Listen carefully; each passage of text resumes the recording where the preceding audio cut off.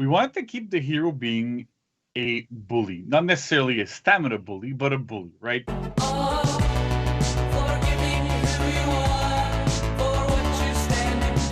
You made it, Sol here, and Jormangunder has been out in testing grounds, and we're having a lot of fun with him, I'll tell you that much. And so today's video, I want to discuss how I feel about him, and what we should be thinking about in the future for him, and what this means for the future of this game as well. Jormangunders is the best rework to date, simply due to the fact that he has new animations that look fire and feels like a new and improved hero. He's not frustrating to fight anymore, which is a huge improvement to his previous self, which in itself makes the game feel more balanced, at least in this meta. This is still testing grounds, but I think they got the fundamentals of Jormangunders right. Damage numbers will need to be tweaked severely, but this is still in the right direction. Just a quick reminder as well, I am posting more gameplay commentary on my second channel, so feel free to check that out. Not SolidSol. But let's get into the topic at hand. The main things that have changed about this kid is that he is not a stamina bully anymore. What he has going for him are his 50/50s, his unblockables, and the ability to knock you around like you are a 5-year-old. If you weigh 300 pounds or are in full plate armor, it doesn't matter. Lady Thor's hammer will give you the beating of a lifetime.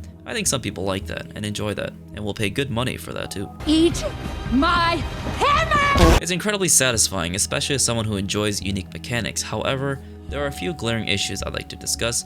I said in my last video that the damage numbers are the only thing that will need to be changed. Having his guard break heavies deal 24 damage plus the addition of a 27 damage top heavy for a total of 51 damage is simply too much. I've also heard that people suggested a value of 20, and even that is too significant in my opinion. Jormangunders' gimmick is wall splats now, but we don't need him to delete you in 5 seconds or make you feel powerless against his mix-up. I've seen too many clips and experienced this myself where you literally get deleted for making one poor mistake, and that's the reason why the CCU was existed, at least one of them. It's simply too high, even compared to Lawbringer's wall splats, who can impale you for a top heavy that stuns going into his unblockable mix-up. Now I suggest we change the guard break heavy values to 5, and I know that's a low damage, but we need to account that his punishes will net him 32 damage for wall splats, which is reasonable because he has tons of mix-up potential with his unreactable chain bash that pins you to the ground and nets him a whopping 34 damage. Comparing this to Kensei, which does net him a 34 damage top heavy finisher,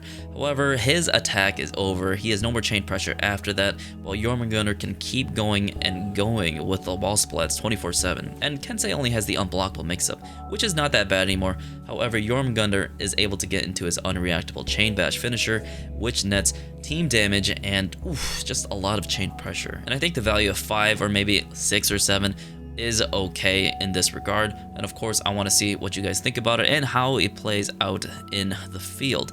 However, this gets me to my next point. The value of the pin attack also needs to be changed, but maybe not as significantly as some other people have been saying. I'd suggest a value of 24, 28, and maybe even 30. I mean, one would suggest a number under 30 since his feats play into his survivability tremendously, since he regains, I think, about 40 shields on every slam, which is easily accessible compared to his live version. Tiandi's pin and Valkyrie's pin both deal around 24 damage, which is fair, but he does have dodge cancel abilities to continue his mix-ups, so a number higher than that is overtuned in Tiandi's sake. However, with Jormunganders, he's able to get his shields, prolonging his life, so a 24 damage slam is also a solid number and fair, but any higher and it would seem that his values would eventually get nerfed just like Raider and Jang Jun. We kind of want to escape getting pinned down and taking such a significant amount of damage where it feels like you're helpless. Another important change about his kit is that all of his bashes, except for his forward dodge bash, which nets you a free light attack now, it deals damage. So if you're not near a wall, your guard break punish should not be the neutral heavy that swings them into a wall.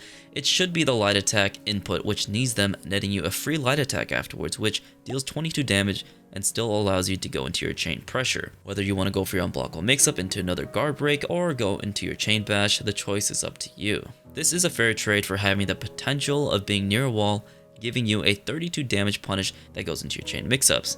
Now, having this gives you a unique animation that makes the character feel pretty darn badass, but also gives you other options to deal reliable damage instead of sending them flying and going for a zone attack, which I might add deals 3 chip damage and allows you to continue your chain mix-up. Now, I tested this, and it seems like it's a very tight timing to parry his follow-up. light or his zone attack. It's not impossible, however, if you're fighting someone with high ping, it might be hard to react to this move. In Dominion, both of these guard break punishes are interchangeable because his first feat, Jotun Salve, will give you your HP back, giving you more survivability once again. So there's incentive to use a slightly weaker attack to survive a bit longer, especially in outnumbered situations. It still deals an incredible amount of damage, and you are allowed to get into your mix-up again. The heavies right now in the testing grounds, which are 24 damage, that send you flying, those will not be in the game as 24 damages. I can guarantee you they will not be, because the pro players, they're not gonna like that. The casual players like myself who are decent at the game, they're not gonna like that, and low level players aren't gonna like that either because they get deleted in seconds. And so if we reduce the damage to 1 to 5 or even 10, the issue is that Jormungandr, he's not gonna get any more executions. He's gonna feel like Peacekeeper, where you don't get any executions no matter what. And there's 2 ways that I can think of that we can move around this, is to 1, make his heavies deal 24 damage right now, but he won't get to make them fly as far. And even 20 I feel like is a pretty large number, because 20 plus 27 is going to be 47, and that's a lot of damage just for, you know, getting a guard break. However, maybe just reduce the travel distance by half so he gets a little bit of wall splat potential, but not as much as we have right now in the live version. Although I do prefer him moving people that far with lower damage to get a wall splat to give him this gimmick or give him a unique trait compared to the rest of the cast. The other idea is unfortunately to remove the knee slam attack, which is your light attack input, and make that the hammer attack that swings them really far away into getting wall splats. Then the normal heavy input could be his heavy attack that he has right now from neutral that isn't in the guard break animation. This is the only thing I can think of at this moment that will allow him to get executions and still keep him relatively the same hero. Unfortunately, we'll just have to delete the knee slam, which I really do like, but it seems like I can't really think of anything at this moment. If you guys have any other better ideas, let me know. But it seems like including this new move that makes him unique like so, you'll have to get rid of something, because there are only so many moves you can do in this game. The last couple of unique animations that they added was the new parry follow-up. It does do 16 damage as well, which is incredible. Its design is, oh my god, it's pretty badass, and it gives me hope that the new heroes will have unique animations once again. I never understood the argument of there are only so many ways to swing a sword. We might as well just reuse the assets of other heroes. Look at all the new ways he was able to swing his hammer. He's completely different from his previous self. I don't even recognize it anymore. The argument is simply flawed because there are, quite frankly, a billion ways to make a hero look and feel completely new without having to reuse other heroes' moves. I mean, his new running attack is literally one of his executions. I'll show you, Timmy. I think it looks a bit janky because it feels like you have zero weight to your moves, but overall, I like it. It's further proof that Ubisoft can already take existing unique animations to further improve a hero in a positive way. This also applies to swords as well, guys. So hopefully they rework heroes that have been copied and pasted into this game. And of course, this was all due to the COVID restriction. I'm looking at you, Warmonger, and please give Warden something else. But now that they can mocap animations once again, things are looking really bright for this game. So how does he perform in testing grounds? What has been my experience? It's easy to say, he absolutely stomps, especially with the high damage values. You will be getting guard breaks quite easily with his new 50-50 bash and his unblockable mix-ups. Plenty of people are going to be going for dodge attacks during your chain bash and your heavy finishers, so you're actually quite scary now compared to his previous live iteration. I will say the removal of the unblockable heavy that knocks people down when they're out of stamina is pretty sad, but I think it's a welcome change since he's able to get into so many 50-50s already. I've smacked and been smacked by quite a lot of his unblockable heavies, which have amazing tracking now. Your mirrors will also keep you guessing, because if you think you're winning, well, guess again, because as soon as he starts and catches you off guard, you will be eating so much damage afterwards. It's anyone's game, really, and I feel like it's a really fun way to, you know, make him a unique character. These values, however, right now feel like I'm living in pre-CCU, where I would die by making just one mistake. I've seen plenty of comebacks with just a sliver of HP, and as fun or as frustrating as it is, Jormungunders' flow does feel pretty darn impressive. I enjoy fighting and playing the hero, and I will say that if you're using a trash tier hero that doesn't have as much clutch potential as Jorm, it might feel a bit oppressive. But most heroes, except Nusha, have a solid offense and defense already. Some rely on heavy damage pins, some rely on fast lights, and some rely on external unblockables.